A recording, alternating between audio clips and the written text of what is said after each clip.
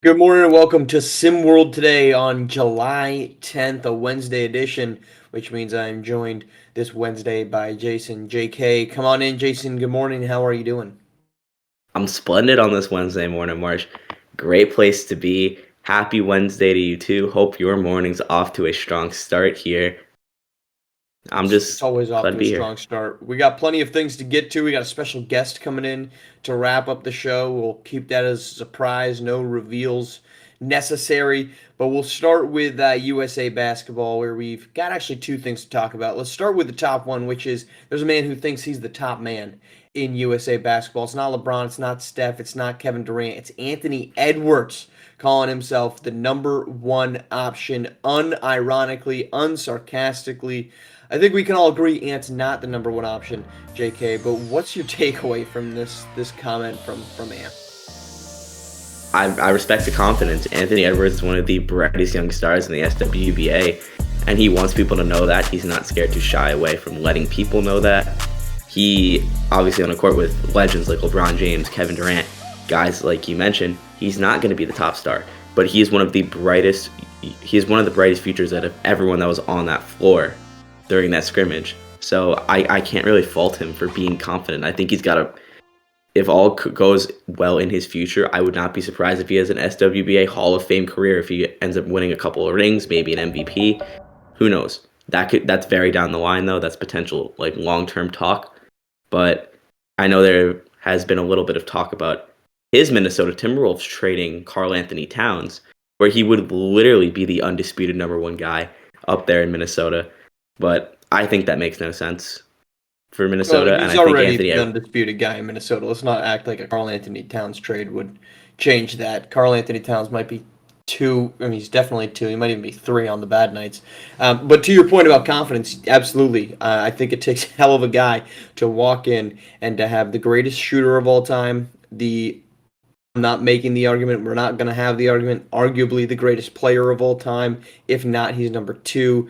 The best wing, let's call it, I would say, in Kevin Durant. What, I don't know, wing shooter, pick what you want to make him the best of, and he's there.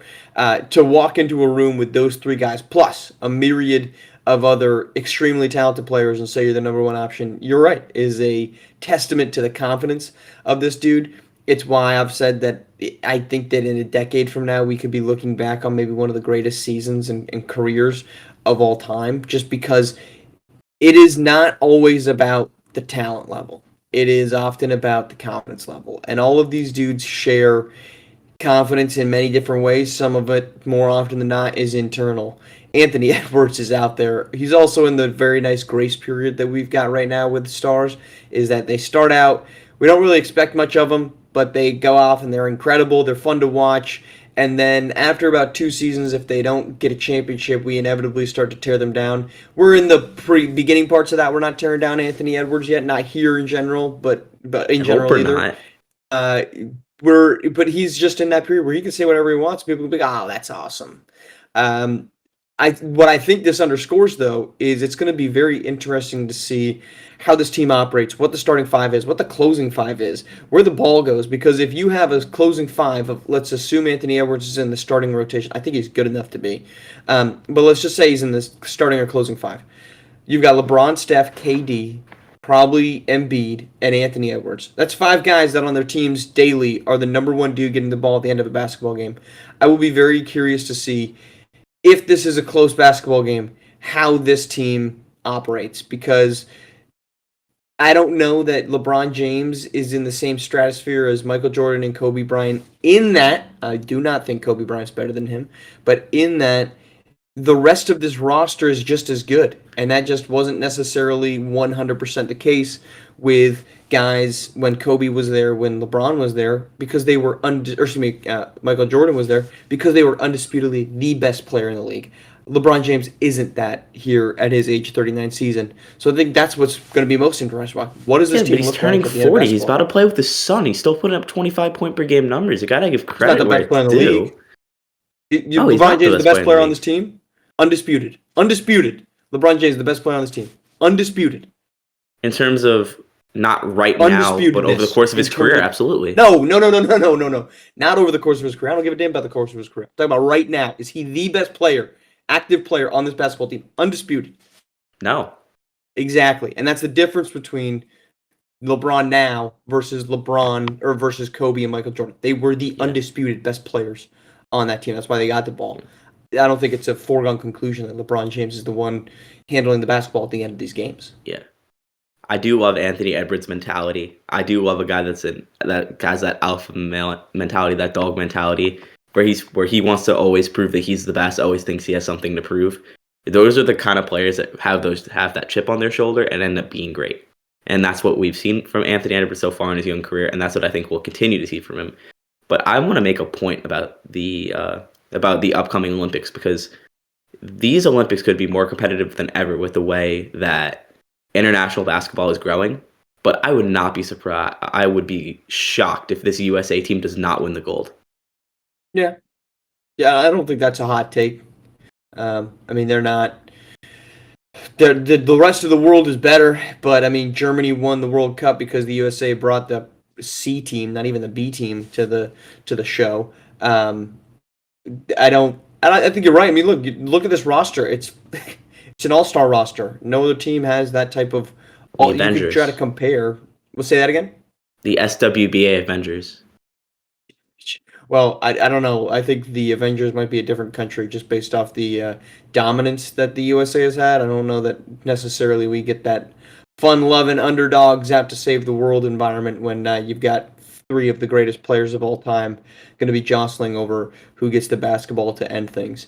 Let's head on to camp. Did you have anything first, JK? Were you jumping in? Something else to add there?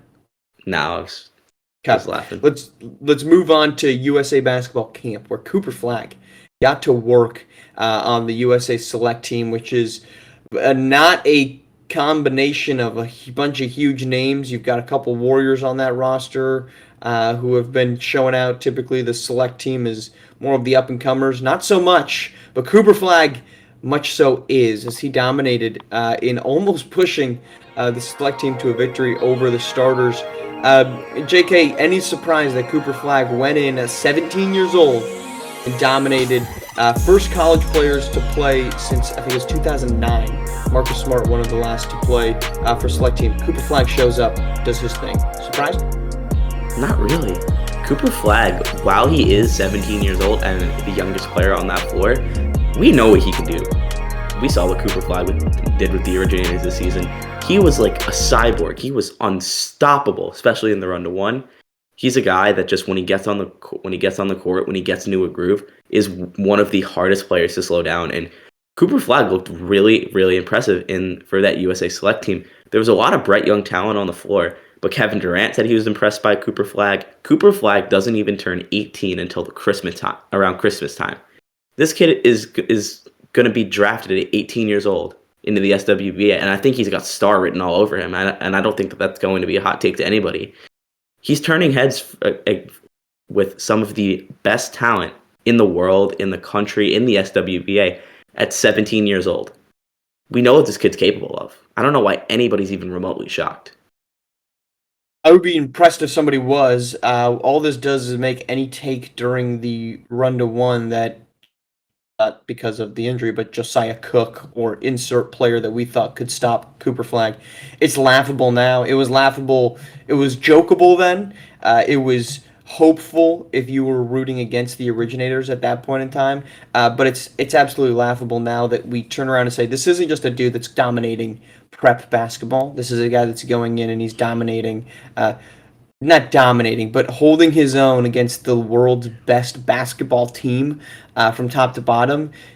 To think that another 16, 17-year-old was going to try to stop him is a joke. I think he's poised to have a fantastic season at Duke.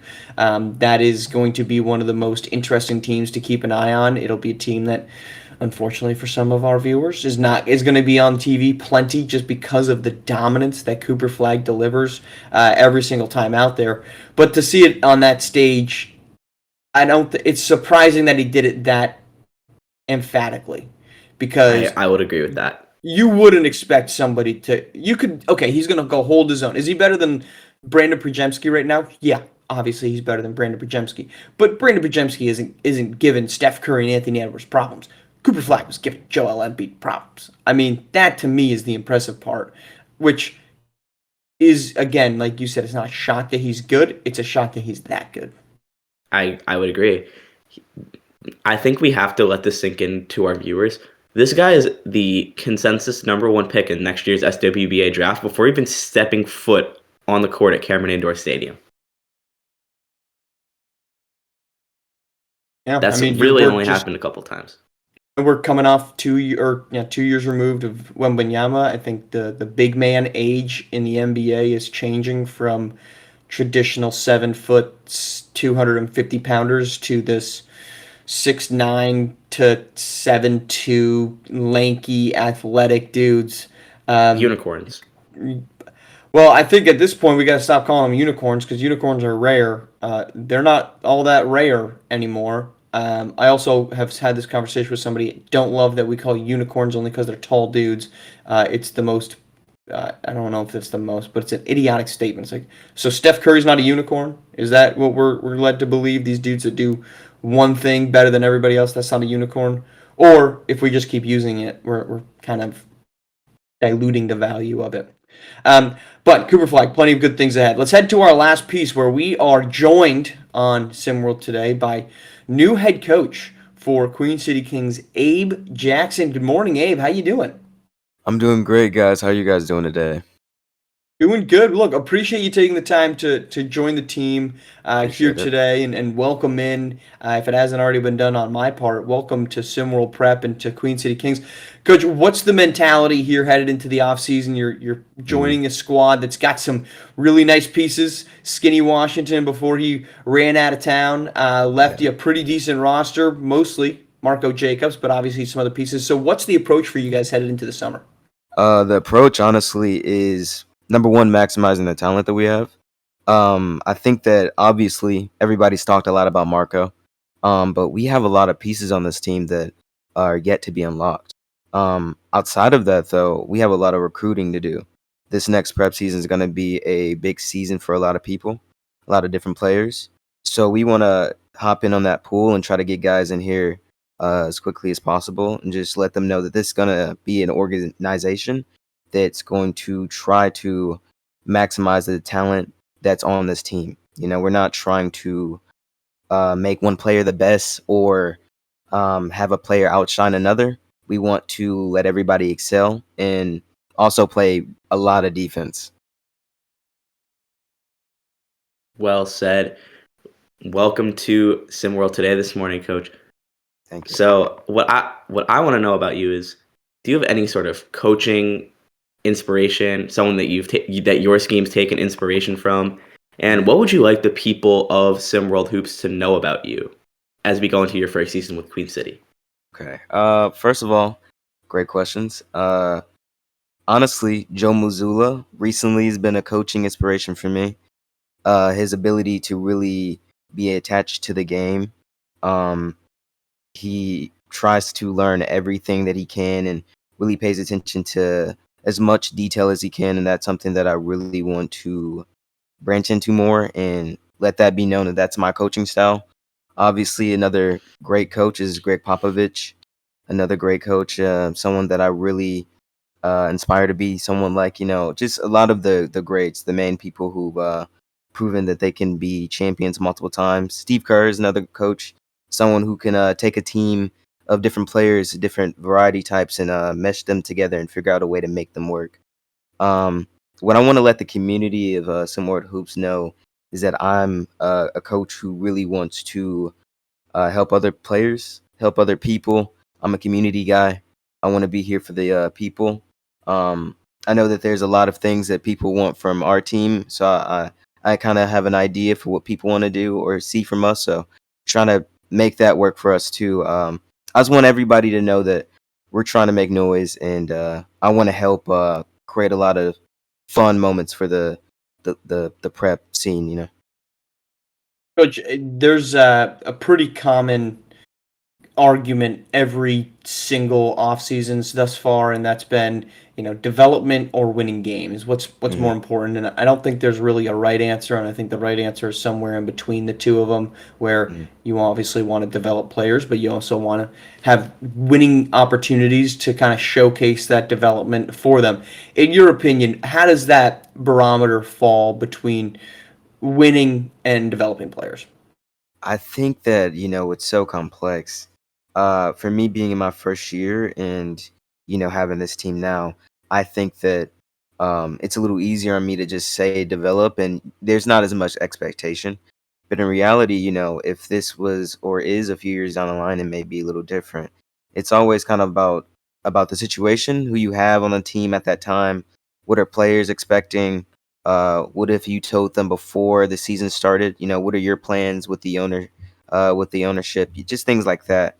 I know for me, for example, definitely trying to find a good mix in between. I want players to know coming in that this isn't just always going to be about trying to win every game. I want these guys to know that when they come in, we're going to be developing them as well. I'm going to put players in the best position to excel. So for me, it's definitely in between. Well said, Coach. You mentioned Marco Jacobs already, but a guy that's really been gaining some traction and getting a lot of momentum this offseason is one of the best in SimWorld Prep is Taj Journey. Yeah. What can you shed some light on your conversations with Taj and what you think he's capable of in throughout the rest of his basketball career? Taz was the first player I spoke to as soon as I got the job, and I just love everything about him. He's so friendly. He works hard. He's been working hard this whole off season. He's very committed to trying to just make whatever my vision is happen. We're talking about a kid who was just 15, who's going to be 16 next season, who is what 6'7", 200 pounds, and he's able to play the 1 and the 3, the 2, a little bit of the 4 if you need him to. He excelled in playing point guard last season. He doesn't have to do that. He can play shooting guard. He can play the 3 and do whatever you need him to do. He can shoot a little bit, maybe not as much as some people may want him to, but I looked at his numbers and watched a lot of his film. And if you leave him open, he can definitely shoot it, even if he has an ugly jumper sometimes, which is okay. He's a special player, and he's a great defender as well. I really can't wait to see what he does next season because, again, he was so young last season. He was in a position where there were so many players that had the green light ahead of him because they were seniors. And now we're going to be able to see him with Marco be in a position where they can kind of figure out what's the best way to score and be the main options in a more efficient way. The same thing for Marco. With him, we're talking about a guy who is not only the leading scorer, but he led the team in assists last season. Uh, Multiple times when he shot the ball for 26 times, 26 shot attempts, 30 plus points. Doing that in the prep scene is a little unheard of. I mean, I know Cooper Flagg had a crazy season last season, but Marco is a great scoring guard. And if I can help these guys continue to be great scorers and build around that, I think we're going to be in a great spot next season. Hey, Coach, appreciate you joining. To Todd's journey point, he's got that Sean Marion vibe to him, right? It doesn't look all that pretty, but somehow it still goes in. It Although goes Sean in, Marion yeah, 100%. more iconic of a shooter. But look, Coach, appreciate you joining us. You got some big personality shoes to fill with the departure of Skinny Washington, but obviously, as you mentioned, you got some good pieces in place. So best of luck in the recruiting scene. Best of luck next season, navigating the waters. And getting those wins, getting that development. We look forward to the journey and following along, and hopefully having you on here again. So thanks a lot for joining. Thank you so much. All right, that is our show. I am going to not be joining you Thursday or Friday or Monday, so you're welcome. B-Ron is stepping in for the starting seat here to close out the week. JK will be back in it on Thursday, and then, of course, as we all just anxiously await for Fridays. Rick Blaze should be back in town. Send a shout out to our team in Houston, those of our members, Rick Blaze, one of them, and Hurricane Barrel, everything that is barreled through, no pun intended, the region. So hoping all is well for Rick and his family, as we have not been able to communicate with him just as much as we'd like to, but we do know he's alive and well. So we're looking forward to hearing from him on Friday. But to anyone in that path, please stay safe. I think it's kind of wrapping up. But hey, if you're in the hurricane region, as our folks down here in the South know, hurricane season, so be on the lookout. Anyhow, we'll be back Thursday here on SimWorld Today. Appreciate you joining us on SimWorld TV, the only place you can see the game, be the game.